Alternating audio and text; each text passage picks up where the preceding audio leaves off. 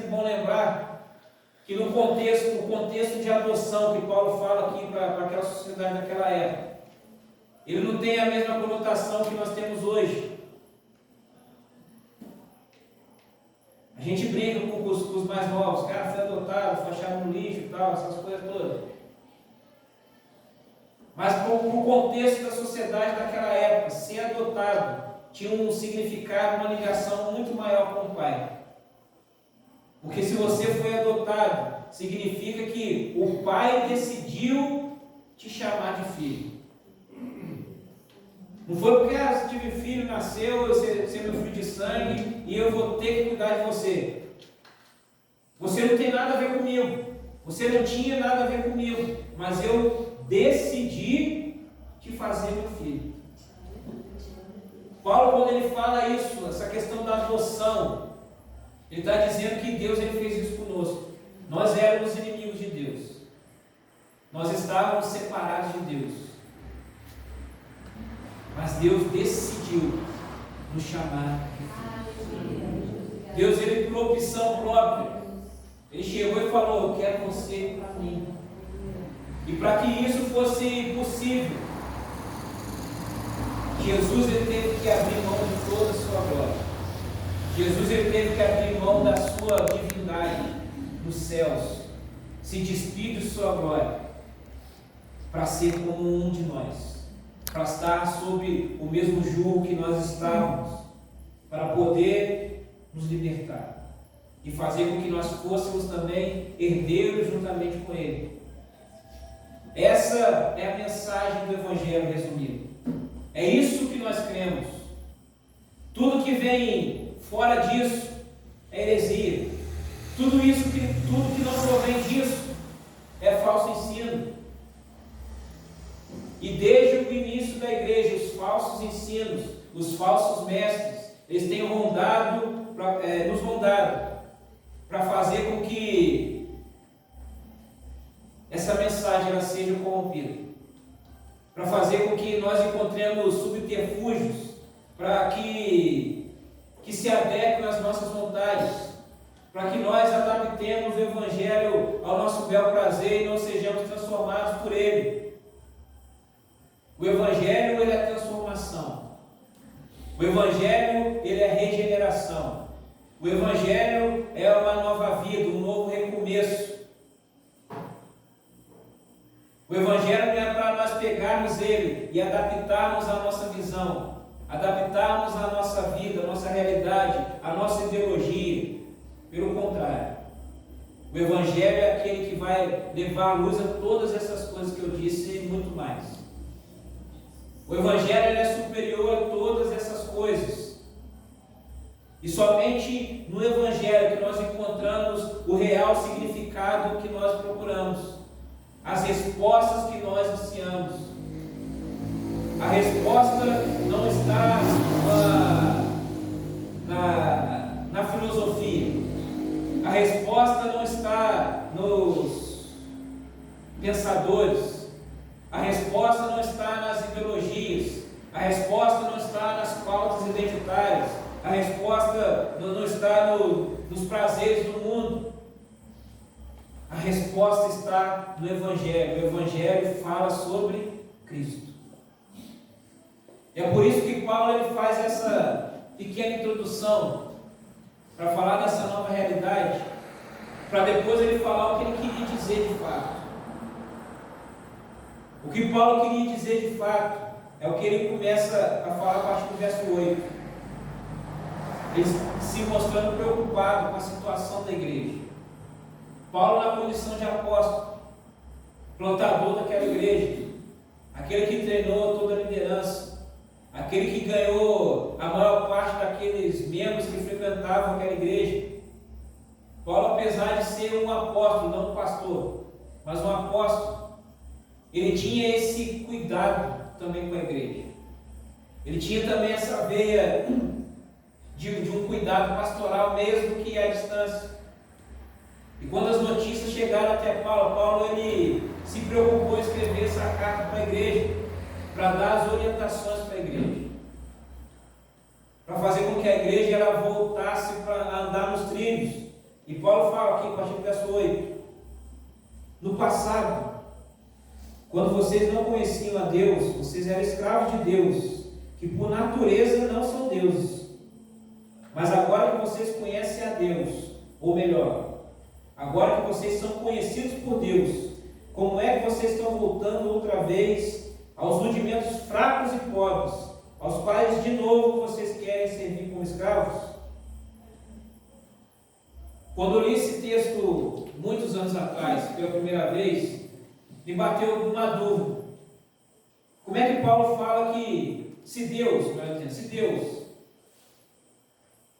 Ele é onisciente, Ele conhece tudo, como é que Paulo ele fala aqui no verso 9?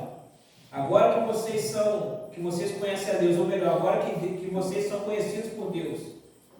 Deus não conhecia a gente antes? Deus não sabia quem nós éramos antes? Bateu essa dúvida na minha cabeça, como isso pode acontecer? Mas depois eu fui compreender o que Paulo estava dizendo. Agora Deus nos conhece como nova criatura. Lá em Mateus, fala acerca daqueles que não vão herdar a salvação. E ali fala que eles vão clamar ao Senhor: Senhor, no seu nome nós expulsamos demônios, no seu nome nós curamos, no seu nome nós evangelizamos, no seu nome nós pregamos. E o Senhor vai falar para eles: sai daqui que eu não conheço vocês. Não é que Jesus não os conheça, é que Jesus ele não os conhece como homens e mulheres que se tornaram novas criaturas. Não os conhece como família de Deus. Não os conhece como herdeiros e co-herdeiros de Cristo. Paulo está dizendo aqui para a igreja: agora que vocês são conhecidos de Deus, porque vocês fazem parte da família de Deus. Agora que vocês saíram do caminho das trevas, do caminho da perdição. Agora que vocês estão nos braços do Pai. Agora que vocês estão no melhor lugar que se pode estar. Vocês estão querendo voltar? Vocês estão sentindo saudade? Vocês estão começando a achar que aquilo que nós temos, aquilo que foi ensinado, aquilo que o Senhor tem a oferecer não é suficiente? Não faz sentido. Não faz sentido nós queremos retornar para um local que Cristo nos tirou. Não faz sentido nós termos saudade de um local aonde Cristo nos tirou. E isso não necessariamente tem a ver com situação de pecado. Não tem a ver com a situação que de quando nós não conhecíamos a Cristo. Muitas das vezes Deus ele nos move de locais com um propósito, com o objetivo de cumprirmos o propósito dele. Não é razoável nós termos saudade de um local de onde o Senhor nos tirou. Não é razoável da minha parte eu ter saudade do tempo que eu era lá da Macedônia, que eu estava liderando jovens, que o negócio bombava, que eu era conhecido na cidade. As lembranças são boas, as experiências foram adquiridas, mas o Senhor moveu as peças do tabuleiro. E hoje eu estou aqui. Significa que aquilo que eu fiz lá atrás não era por orientação de Deus, não era guiado pelo Senhor, não, pelo contrário. Mas continuando sendo guiado pelo Senhor, eu obedeci. E o Senhor me levou para o passo, o Senhor me trouxe para cá. Eu continuo à disposição do Senhor para me levar para onde Ele vai me levar, para onde Ele queira me levar. E não é razoável eu sentir falta, eu sentir saudade, ficar lamentando das coisas que eu vivi lá para trás. O apóstolo Paulo, ele fala isso aqui para a igreja da Galácia, falando que eles eram: vocês guardam os tempos, vocês guardam os dias, vocês guardam os anos. eu receio que o meu trabalho tenha sido em vão. Eu receio que tudo aquilo que eu fiz aí tenha sido à toa. Eu receio que eu perdi tempo passando esse período com vocês. Porque a intenção de Paulo não era ficar ali na Galácia. A intenção de Paulo era seguir o caminho dele para outro destino. Mas Paulo ele ficou doente. E como ele ficou doente, ele não podia viajar, não podia se locomover. E foram os irmãos da igreja da Galácia que receberam Paulo. Os irmãos da igreja da Galácia que cuidaram de Paulo. Eles sabiam quem era Paulo. O nome de Paulo já estava sendo conhecido, já estava sendo falado. E as pessoas receberam Paulo de bom grado. Cuidaram de Paulo, receberam o Evangelho através da vida de Paulo, se abriram para a mensagem do Senhor Jesus através da vida de Paulo, a ponto que Paulo ele diz: olha, vocês cuidaram tão bem de mim, eu tenho certeza que vocês dariam os olhos de vocês no lugar dos meus. Porque tem alguns teólogos aí que dizem que Paulo ele tinha problema de visão, teve problema de visão. Linhas teológicas aí que dizem isso, não vem ao caso agora. E esse versículo ele é um dos versículos que eles usam para balizar essa linha de pensamento. Se fosse preciso, vocês dariam os olhos de vocês. Vocês me receberam, vocês cuidaram de mim. Eu posso dar, verso 15, posso dar testemunho de que se fosse possível, vocês arrancariam, vamos ver esse roteiro. Teriam arrancado os próprios olhos para me dar. Só que aí vem aquela questão. Aquele velho ditado, que a grama do vizinho é sempre mais verde. O cheiro do churrasco do vizinho ele é mais cheiroso do que o churrasco lá de casa. Quando eu vou almoçar na casa do amigo, o arroz da mãe do amigo, da avó, é mais solto, é mais branquinho, é mais saboroso do que o que faz em casa. Da mesma maneira, o pastor da outra igreja é melhor que o meu. Olha o que o pastor prega, olha como é o jeito que ele é. Aí você tem essa opinião até você ser pastoreado por ele.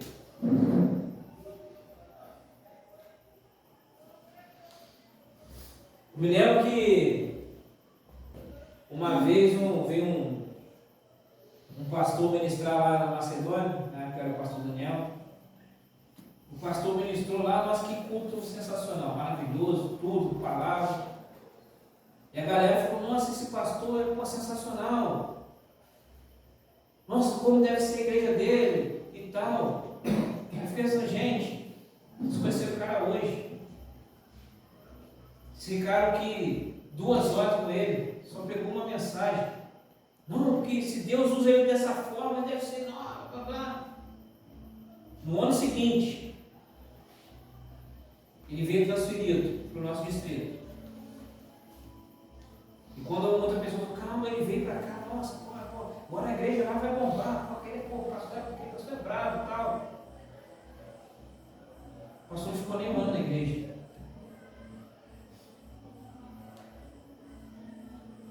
Muitas pessoas que ouviram a mensagem lá na Macedônia foram lá: não, agora eu vou para lá porque aquele pastor tal.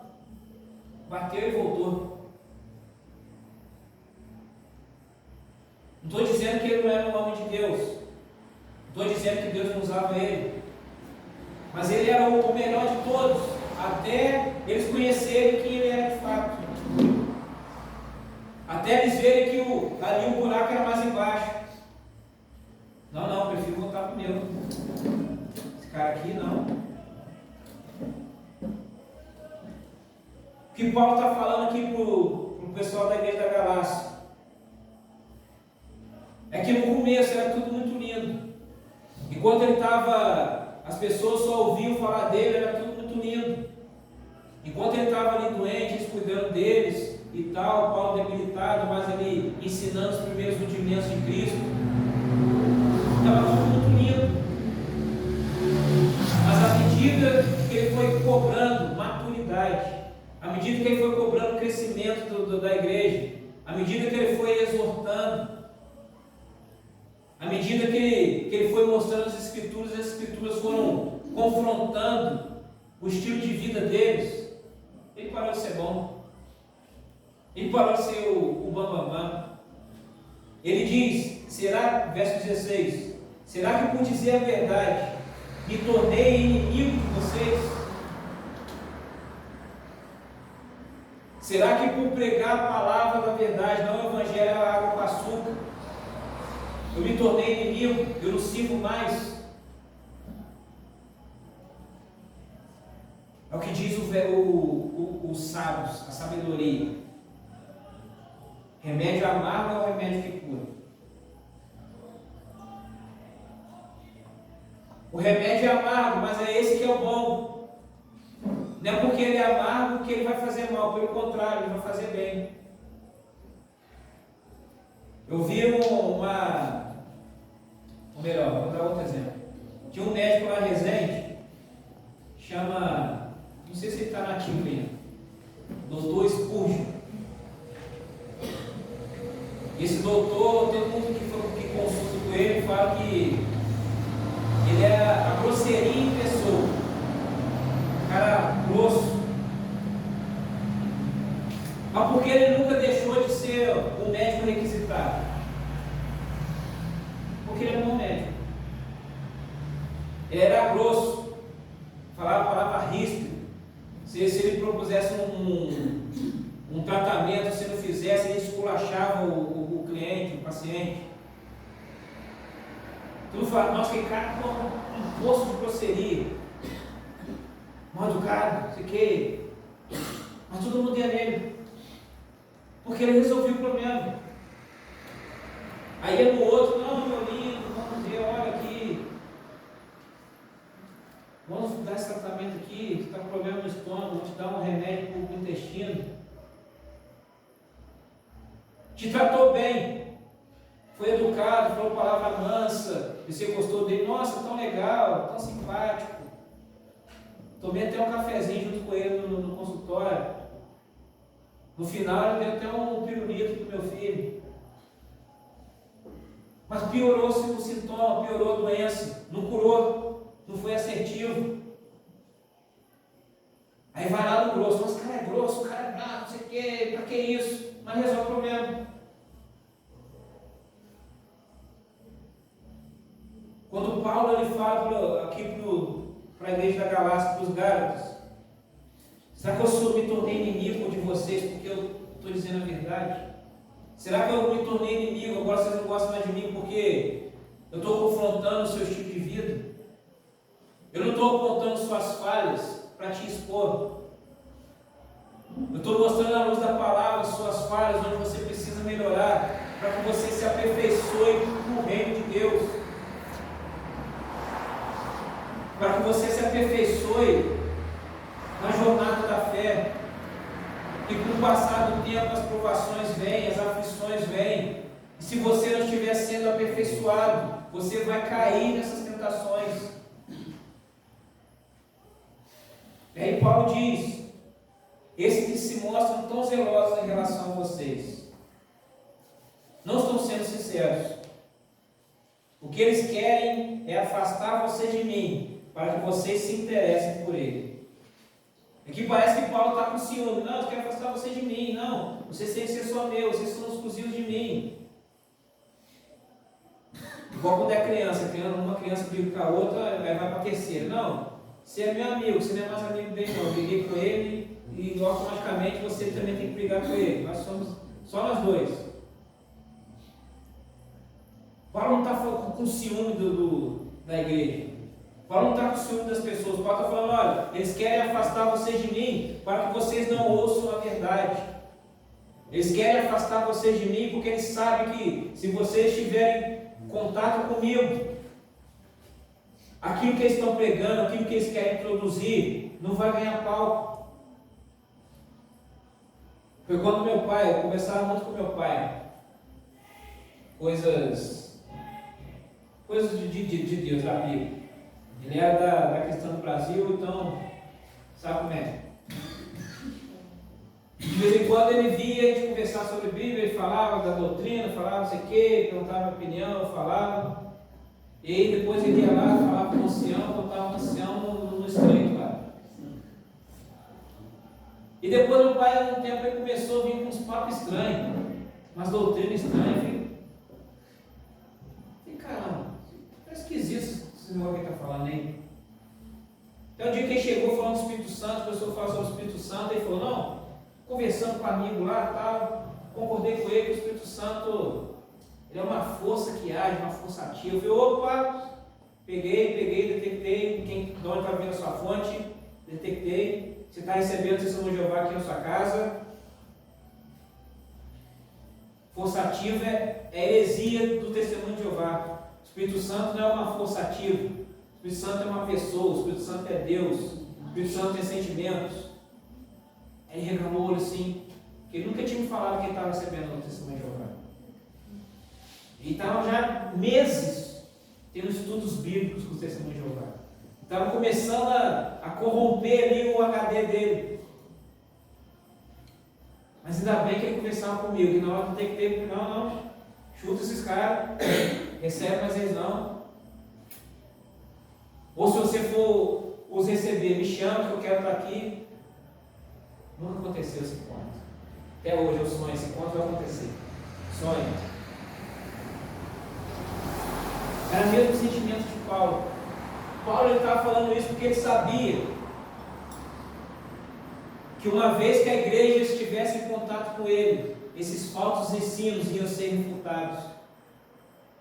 E eles criaram um espantalho da imagem de Paulo, para ficar ali bombardeando, falando mal daquele espantalho, não de quem Paulo era de fato, de verdade. O verso 18 ele diz: é bom ser sempre zeloso pelo bem, e não apenas quando estou com vocês. O meu zelo não é quando eu estou só, quando eu estou perto.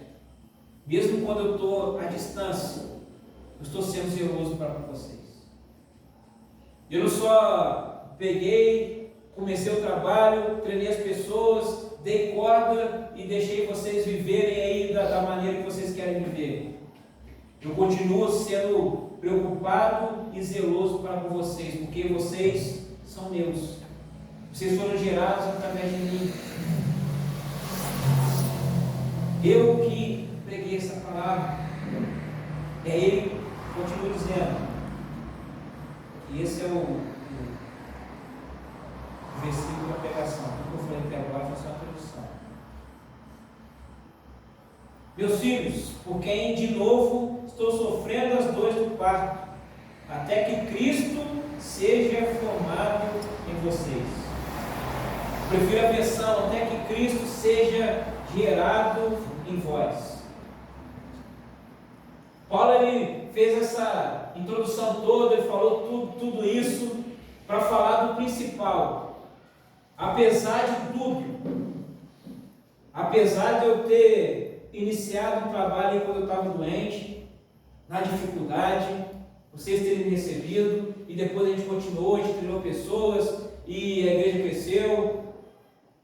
Agora vocês estão me botando para escanteio, vocês estão se deixando levar pelos falsos ensinos, pelos falsos mestres, vocês estão querendo regredir na fé.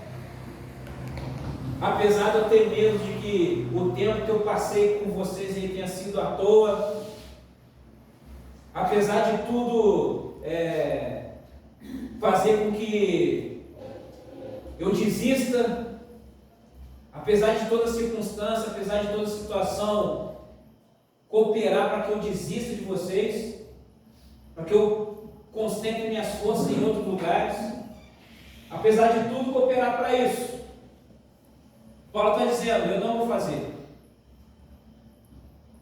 Apesar de vocês não me quererem mais, eu vou continuar insistindo em vocês.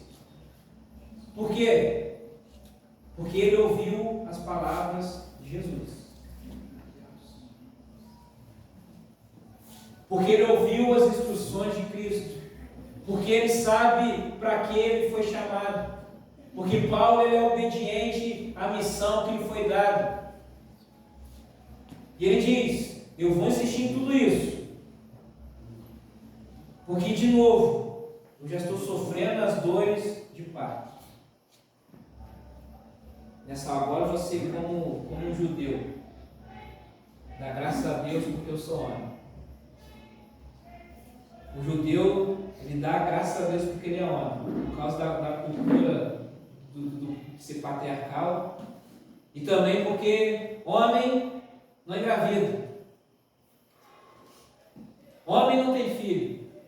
Graças a Deus, não sentimos as dores do parto. Mas a gente tem gripe, quase igual.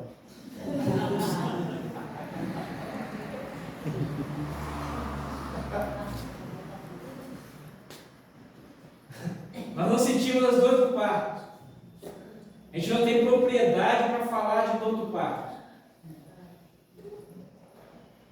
Você botar um homem para falar, um obstetra para falar, pode falar das paradas todas, mas da dor do parto ele não vai ter autoridade para falar. Tem que chamar a mulher.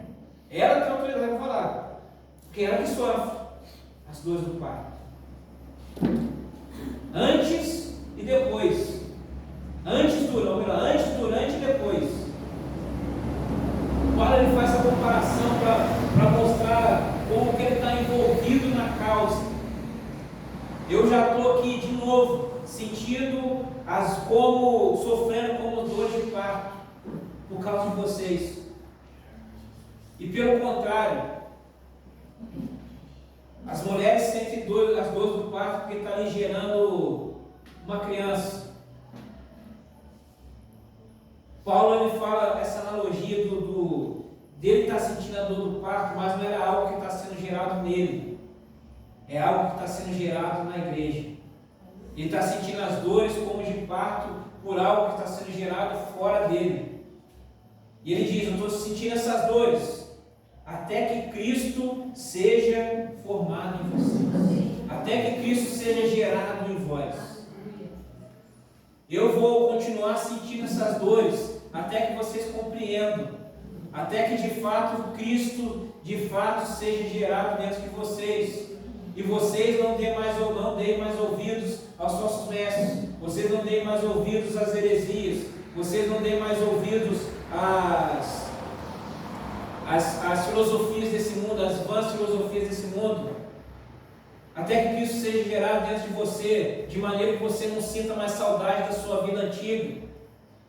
Até que Cristo seja gerado em você, de maneira que você parta para essa aventura, que é servir a Cristo.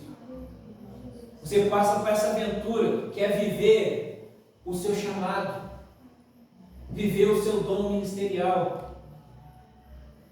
Até que Cristo seja gerado dentro de você, de maneira que você assuma muitas das vezes as perdas,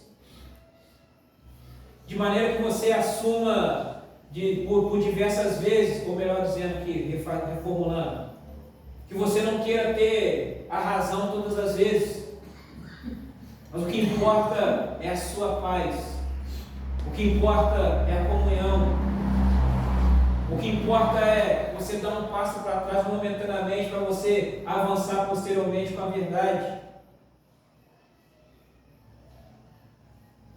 E quando eu falo de não querer estar certo toda vez, eu lembro uma vez que a pastora Neide veio me rasgando. Que eu postei uma frase no grupo da igreja lá, um pensamento lá. Só que ela interpretou de outro jeito. Ela interpretou o texto, o negócio que eu coloquei lá, como se eu estivesse falando contra o que ela tinha falado anteriormente, mas não era. Ela veio com os dois pés no meu peito. Não, que não sei o que, assim, e o que eu falei lá, não pode conta, porque em primeiro lugar é de determinação do bispo, e não sei o que, e submissão, autoridade. Meu Deus! Eu não fui contra ninguém, não falei nada. Naquela hora eu podia muito bem, e na mesma medida.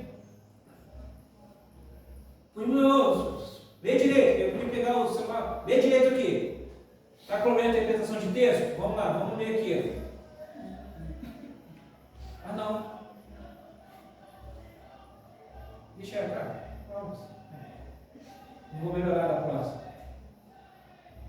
Assumir que eu saí como errado. Não tem problema nenhum com isso. Assumir as perdas. Não, tá bom. Não vale o esforço de querer mostrar que eu estou certo.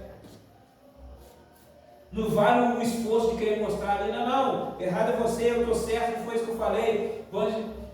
Não, tá bom. Vamos seguir em frente, isso não é essencial. Isso não é algo que a gente tem que gastar tempo para ficar discutindo. A gente tem coisas mais importantes à frente.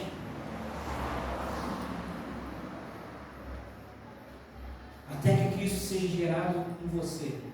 Até que Cristo seja formado dentro de você. Até que nessa jornada de discipulado, quando você está ali discipulando aquele abençoado, e o abençoado vai, faz uma bobagem, você tem vontade de dar os 10 mandamentos dele, 5 mais 5. Não. Eu vou continuar aqui, te dando suporte. Eu vou continuar aqui, te orientando no caminho. Eu vou continuar aqui, orando por você. Eu vou continuar aqui, te dando a mão, para que você não fique perdido por aí. Até que Cristo seja gerado dentro de você. De maneira que eu não tenha mais que me preocupar com esse tipo de coisa. De maneira que você seja igual um amigo meu falou uma vez. Vou fechar a Bíblia para você achar que estou acabando. Na época que eu saí lá da Macedônia, eu achava que Deus ia me levar para um lugar, mas não foi para o local que eu achei que Deus ia me levar. Teve uma galera que achou que eu tinha ficado sentido, dolorido, dodói, pelo fato de eu não estar mais à liderança dos jovens. Nunca foi pegada a cara. E ali eu estava no contexto de querer saber para onde que eu ia, buscar do Senhor para onde que era o meu lugar. E ali se começaram as teorias, os boatos. E um boato que correu foi que, pelo fato de eu ter ficado dodói, eu tinha me desviado. E eu estava recuperando o tempo perdido. E na fábrica, a gerência lá da empresa lá que saiu, os caras tinham o costume de ter uma festinha lá. Eles chamavam de Big Brother.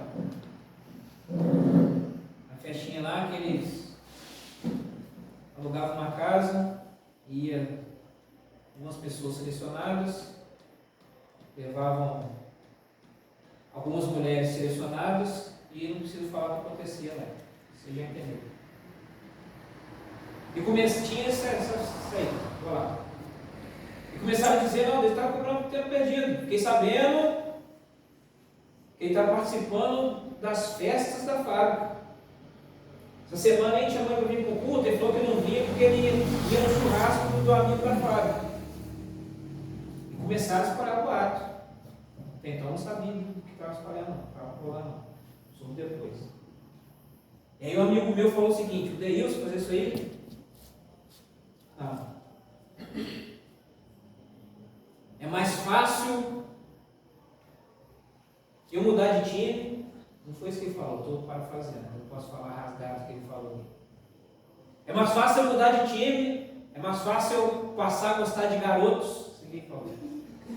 Não isso, mas esse que é o entendimento. É mais fácil eu passar a gostar de garotos do que o Deilson se desviar. E quando eu soube disso, depois do tempo ele me contou, você falava, rapaz, você tem noção do que você falou? Você tem noção do risco que você correu? Confiar em mim? Ele falou, Deilson, quando eu estava desviado, se eu for, além da minha família, você for o cara que não desistiu de mim nunca. Sou o cara mais estável com coisa na vida. Quando falaram isso, não pode ser. Ele não, é mais fácil acontecer isso aí comigo do que ele se desviar. Correu um risco absurdo. Não façam isso. Não apostem, não façam nada disso com relação a ninguém. Mas por que ele teve essa segurança? Porque ele sabia que Cristo tinha sido gerado dentro de mim. E quando nós sabemos que Cristo ele já foi gerado dentro das pessoas, a gente confia para certas missões. É por isso que eu fui lá para o meio do carnaval para evangelizar. E meu pastor ficou de boa. Se fosse outra pessoa pedir para ele, provavelmente ele não deixaria. Quem sabia que no meio da batucada lá, não sei o quê, daqui a pouco ele estava indo junto. Atrás do trio elétrico, só não vai que já morreu. Ele ia lá. Essas são situações que, por exemplo, Rio de Janeiro, Praia da Barra da Tijuca, só a galera da alta, só o pessoal lá. Estávamos lá. Vamos evangelizar na praia. Vieram 2 jovens comigo, a gente nunca fez isso. Eu falei, não, vem comigo que eu vou ser o guia de vocês. Eu mais 2. Estamos andando na praia. No sentido contrário, estava ali 3 mulheres, estavam lá fazendo propaganda para alguma empresa. Eu falei, estratégia. Somos 3, elas são 3, cada um vai dar um folhetinho para elas. Vocês observam o que eu vou falar. Vamos lá, chegou às 3, parei às 3. Eu falei, o que vocês têm na mão aí? Tem uma propaganda da empresa, dá uma propaganda pra gente aqui, vamos fazer uma troca. Você fala o que você tem que falar pra gente e eu falo o que a gente tem que falar pra vocês. Legal, eles falaram, fizeram propaganda da empresa. E agora é a nossa vez. Pegamos um folhetinho, falamos de Jesus para ela. Aí eu falei, que hora você paga o seu serviço? Ela falou, 5h30, a gente sai daqui, a gente pode se encontrar e você pode me levar para onde você quiser. Só que ela falou com aquela conotação, com aquela voz, com aquele olhar. Na hora que eu olhei aquilo, eu olhei para os meninos já ficaram malucos e não vão embora. Vocês não vão aguentar outra palavra como essa. Vamos embora. Pessoal, Deus, como é que você conseguiu? Porque Cristo foi gerado dentro de mim. Eu identifiquei o perigo na hora, como agir em ação, vamos embora. Por que aqueles 2 foram junto comigo? Porque o pastor confiou aqueles 2 junto comigo? Porque eles sabiam que Cristo tinha sido gerado dentro de mim. E quando Cristo é gerado dentro de nós obedecemos, caminhamos nessa jornada de obediência. Quando Cristo é gerado dentro de nós não damos mais espaço para essas coisas que nos seduziam. Quando Cristo é gerado dentro de nós de fato caminhamos para a maturidade cristã.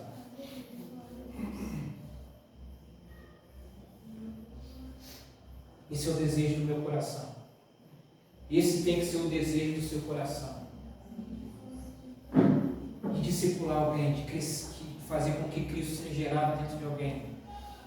Fazer com que o legado de fé que você carrega, que alguém passou para você, continue através da vida de alguém. Esse é o foco do Senhor. Isso é olhar para Jesus. Isso é ouvir as palavras de Jesus. Isso é compreender o que é reino de Deus. Isso é ser discípulo de Cristo Jesus. E eu continuo nessa jornada, até que Cristo seja gerado na sua vida. Até que Cristo seja gerado através daqueles que passaram pelo meu caminho. Até que Cristo seja gerado na vida daqueles que sejam impactados pela mensagem que eu carrego. Até o dia da volta do Senhor. Corte bem, meus irmãos. Vamos orar.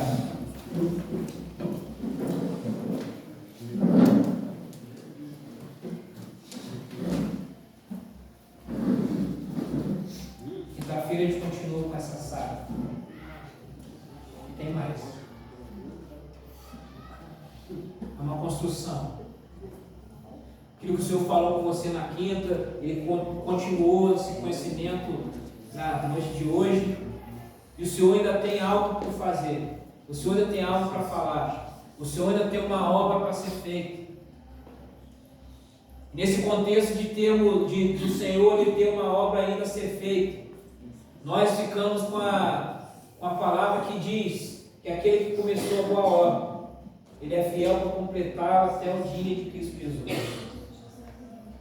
E o Deus que faz essa obra na sua vida, você não tem que ficar olhando para a obra que Deus está fazendo na vida do irmão, a título de comparação. Muitas das vezes Deus começou a obra na sua vida agora. Aí você olha para mim, Deus começou a obra na minha vida já há um tempo. Você não vai estar no mesmo estágio que eu. Por quê? Porque eu sou melhor? Não. Porque eu comecei antes. Porque a obra em mim começou antes. Então você pode olhar para a obra que Deus fez na minha vida, olhar para a obra que Deus fez na vida do seu irmão, no sentido de contemplar a grandeza do poder de Deus e querer um dia chegar até lá. E ter fé no seu coração que Deus Ele é fiel para essa obra que está começando agora na sua vida. Ela vai crescer de tal maneira que você vai chegar naquele patamar que você está admirando hoje. E vai superar esse patamar. Você vai além. Você vai além. O gabinete que eu fiz com o pastor Rodrigo um tempo atrás, ele falou para mim lá, olha, o exemplo que eu dou aqui, as orientações que eu dou, é para que você não erre. Para que você não cometa os mesmos erros que eu errei. Assim você vai encurtar o seu caminho e vai conseguir ir mais longe. Quando você olha para a obra de Deus na vida do irmão, é para que você não cometa os mesmos erros, para que essa obra seja além, a sua obra vá além, para que você faça as obras maiores que Cristo prometeu. Jesus prometeu que nós faríamos obras maiores, e nós estamos debaixo dessa palavra. Eu creio nessa palavra. Eu creio que nós faremos obras maiores, obras maiores. E para que isso aconteça, nós precisamos ouvir a voz do Senhor. Precisamos olhar para o Senhor. Precisamos fazer com que Cristo seja gerado nas pessoas. E uma vez que Cristo é gerado nas pessoas, tudo muda. Porque Cristo é a resposta. Cristo é a mudança. Feche seus olhos, irmãos. Eu não sei o que durante essa mensagem que foi ativado dentro de você. Não sei o que durante essa mensagem Deus trouxe ao seu coração, trouxe à sua memória. Mas eu tenho certeza de uma coisa. A certeza que eu sirvo a um Deus que é fiel. A certeza que eu sirvo um Deus que ouve a oração. A certeza que eu sirvo um Deus que é um Deus de recomeços. Certeza que eu sirvo um Deus que dá novas oportunidades, novas chances.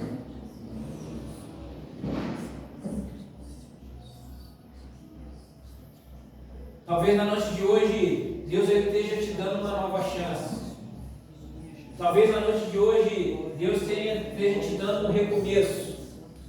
Talvez na noite de hoje, Deus esteja te dando uma nova oportunidade. Talvez na noite de hoje, Deus esteja te dando um renovo. Eu não sei. Mas o Espírito Santo é aquele que sonda, o Senhor é aquele que conhece o interior, o Senhor é aquele que conhece a atenção do nosso coração. O Senhor é aquele que nós não podemos zombar, nós não enganamos o Senhor.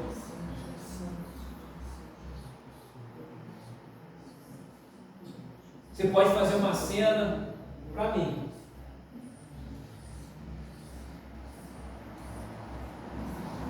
Você pode colocar uma máscara para mim. Mas o Senhor é aquele que tudo vê.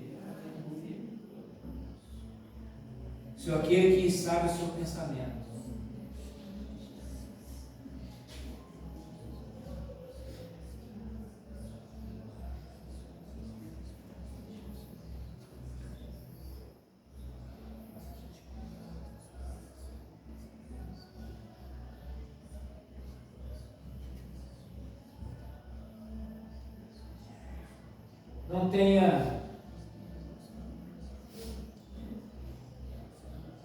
Não tenha reserva sem falar com o Senhor nessa hora.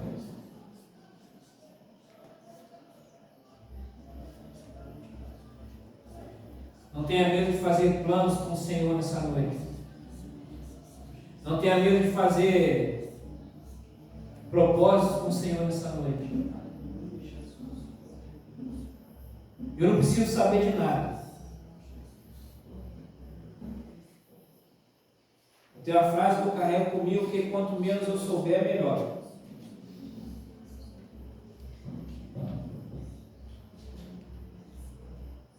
Os segredos que você tem com o Senhor são os seus com o Senhor.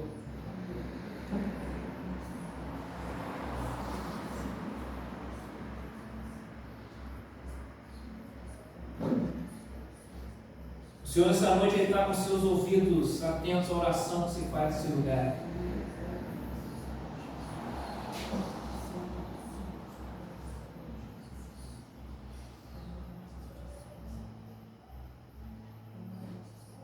O Senhor está ouvindo a sua voz, meu irmão. A voz que sai do fundo da sua alma. A voz que sai do seu interior, do seu coração.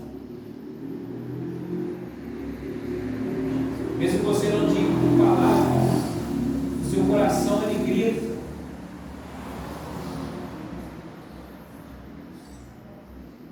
E somente o Senhor é capaz de ouvir o grito que vem do seu coração.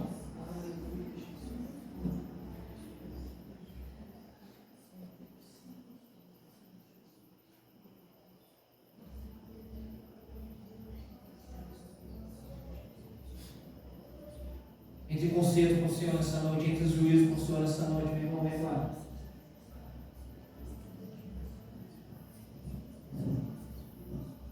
Não desperdice as chances que o Senhor tem te dado. O Senhor tem te dado mais uma chance. Uma nova chance de mudança, de correção de rota.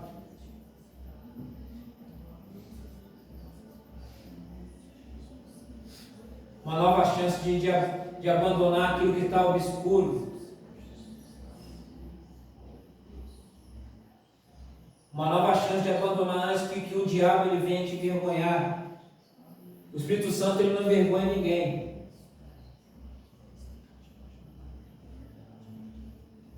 O Satanás que é o acusador, ele que nos envergonha. Ele que em determinado momento vai expor o pecado que ele mesmo te seduziu a fazê-lo.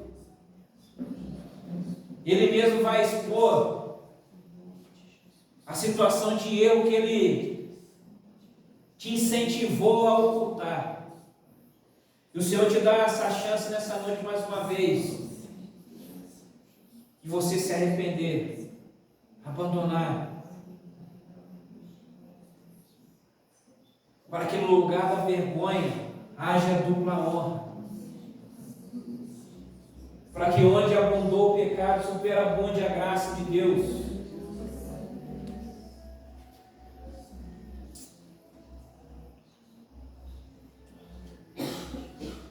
Aleluia, Jesus, sobre a vida da sua igreja aqui nessa noite. Quem tem ouvidos, ouça o que o Espírito diz à igreja. Nós queremos ouvir o que o Senhor diz à sua igreja. Nós queremos ouvir aquilo que o Senhor diz no nosso particular, no nosso interior. Nós queremos aceitar nessa noite, ó Deus Santo, a nova oportunidade que o Senhor nos dá. Nós queremos aceitar aqui nessa noite, ó Deus Santo, o novo rumo que o Senhor nos concede, o novo recomeço, o ajuste de rota, o ajuste de conduta. Nós queremos jogar fora toda a nossa cara de paisagem, toda a nossa apatia,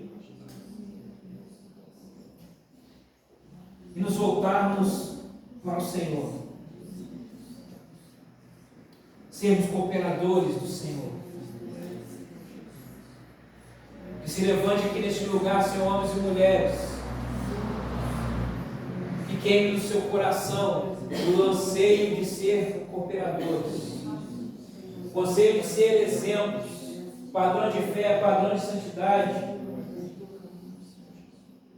levando a sua bandeira, a bandeira do Evangelho da paz, a bandeira do Cristo Todo-Poderoso, a bandeira de Cristo, o único Salvador, a bandeira da palavra que é cura, que é bálsamo, a palavra que nos lava, a palavra que nos santifica,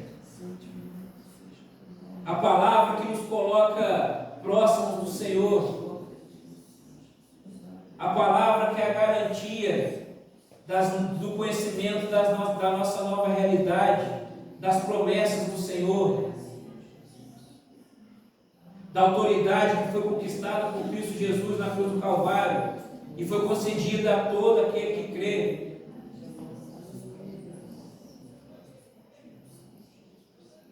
Até que Cristo seja gerado em vós. Nós continuaremos, nós avançaremos, nós não desistiremos, nós não regrediremos, nós não retrocederemos. Na vida dos seus filhos e filhas aqui nessa noite, meu Pai.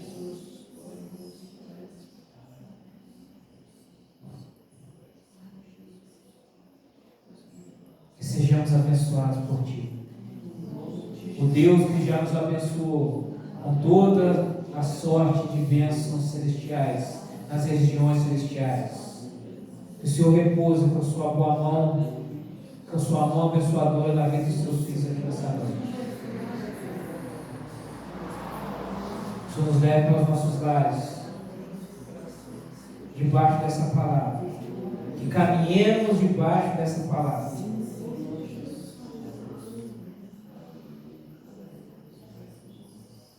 Que ouçamos a sua voz, Senhor. Queremos ouvir a sua voz. Que o Senhor nos despeça nessa noite. E sejamos sensíveis para ouvir a sua voz. A nos orientar, a nos guiar, a nos dirigir. Que o Senhor nos traga de volta na quinta-feira, Deus. Para mais uma vez nós sermos instruídos e direcionados pelo Senhor. Que o Senhor abençoe as nossas famílias. Que o Senhor abençoe a obra das nossas mãos, o trabalho das nossas mãos. E que o Seu nome seja anunciado e conhecido através de nós nesse tempo. Nós abençoamos a Sua igreja aqui nessa noite. Em nome de Jesus. Amém. Louvado seja Deus. Te abençoe, meu irmão e minha irmã, para a paz de Cristo.